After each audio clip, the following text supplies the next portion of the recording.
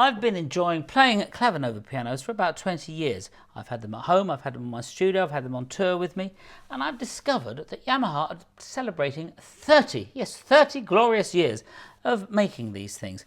I've had this latest Clavinova for a little while now, and so Yamaha have invited me to put it through its paces a bit and find out some of its superb features and sounds.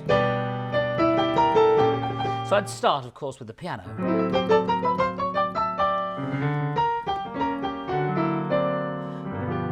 With the piano we have an orchestra of 10 people. They are your fingers, and the sound that people make with the piano is going to be different for all of us, but there's lots of different sounds even just on this. So for instance, there's the grand piano sound, which I might have if I was just trying to figure something out quickly, and it's lovely, quite forgiving, so you could play a bit of stride piano if you wanted to.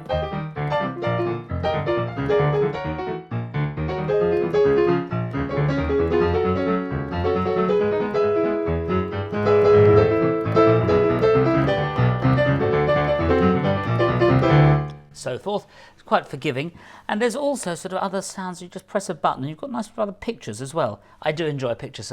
So here we have the honky tonk piano. We're all familiar with that sound.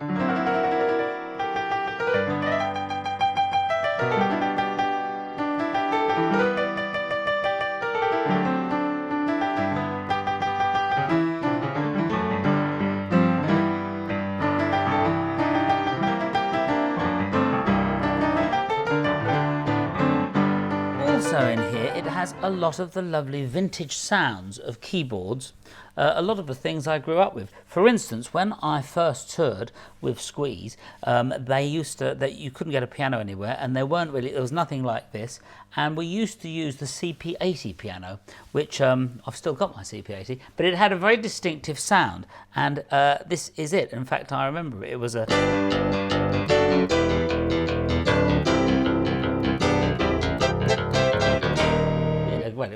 lovely romantic sound of the 1970s and 80s. The punk piano, in fact, the first record I ever played on. I shan't bore you with the title, but that was, and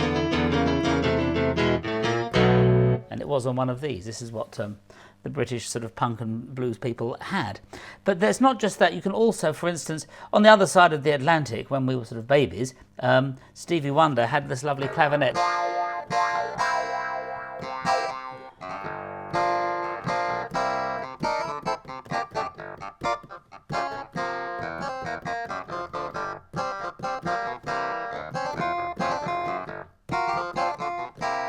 Lovely sounds from the past, and if you want to go right back to the past, you can, of course, plunge straight back to the 17th century.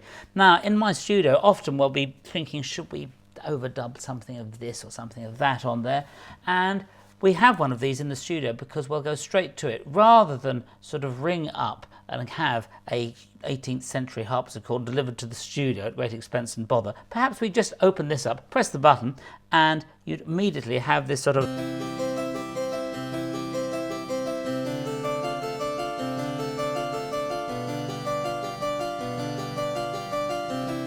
get my wig out. The other area for me that I enjoy on the Clavinova pianos is the percussion centre, so I can create my own sort of band. Now, they'll do a whole accompaniment if you want, but I like to accompany myself. But the drum machines on these have become incredibly brilliant now, so you can create whatever atmosphere you want. So for instance, if I was at home and just wanted to sort of fiddle around, you can do this sort of thing, and you can tap the tempo, which is very useful. So you know, 1, 2, 1, 2, 3, and then a nice double bass sound there, you see.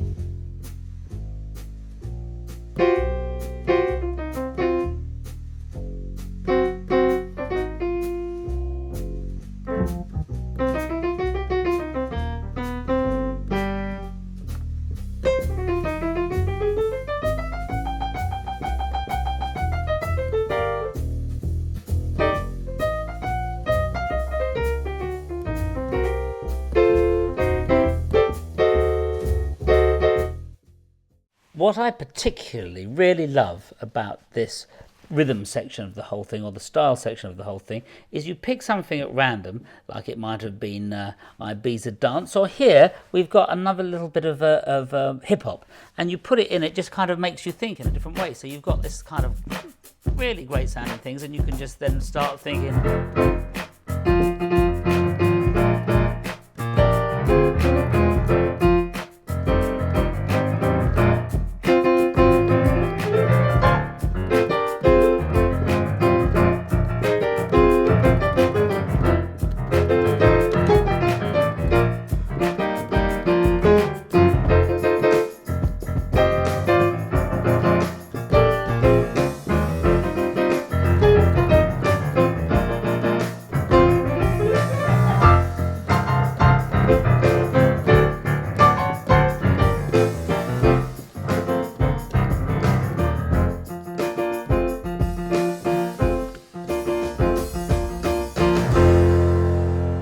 Stopped at the same time. Really marvellous. So there you go, a whole thing, a whole raft of rhythms to get your imagination going in a different way to perhaps the way you weren't thinking that morning, and I quite enjoy that in a musical instrument.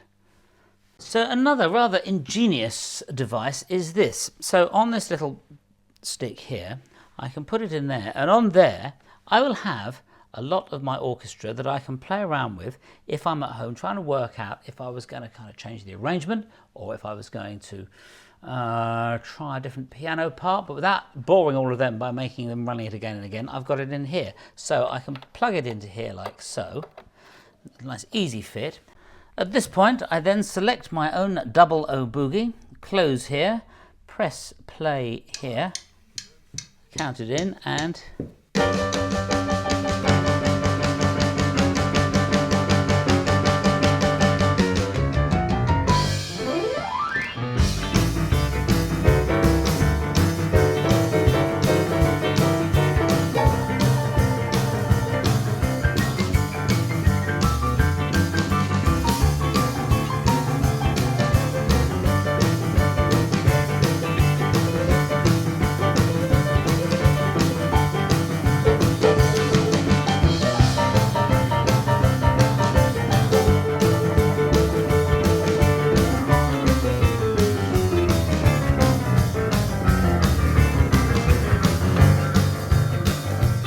so forth.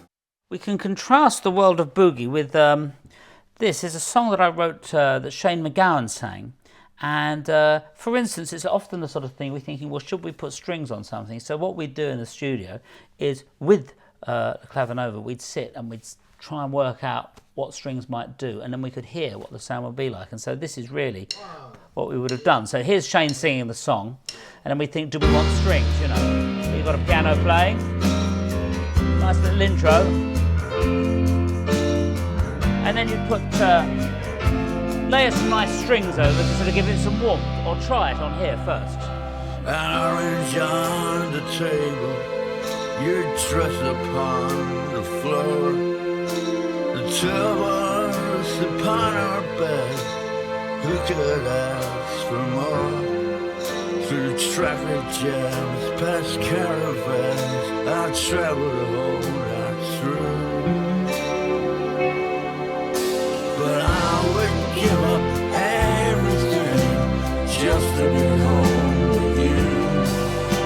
I would give up everything to be at home with you. And that adds a certain sweetness. It adds a certain sweetness, and it also means I can experiment in the studio to see if something sounds right before you've had the huge expense of pulling in a string section. And some of the time, maybe this sound will just work perfectly well on its own anyway. Another genius little touch is this organ, where you can get the drawbars making your sound for you with all the proper effects.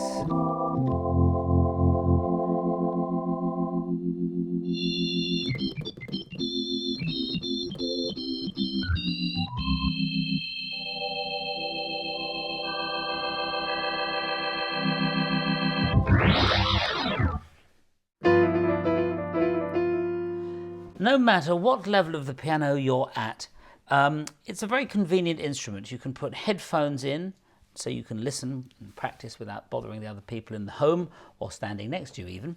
You could also use it because it has a lovely feel to it.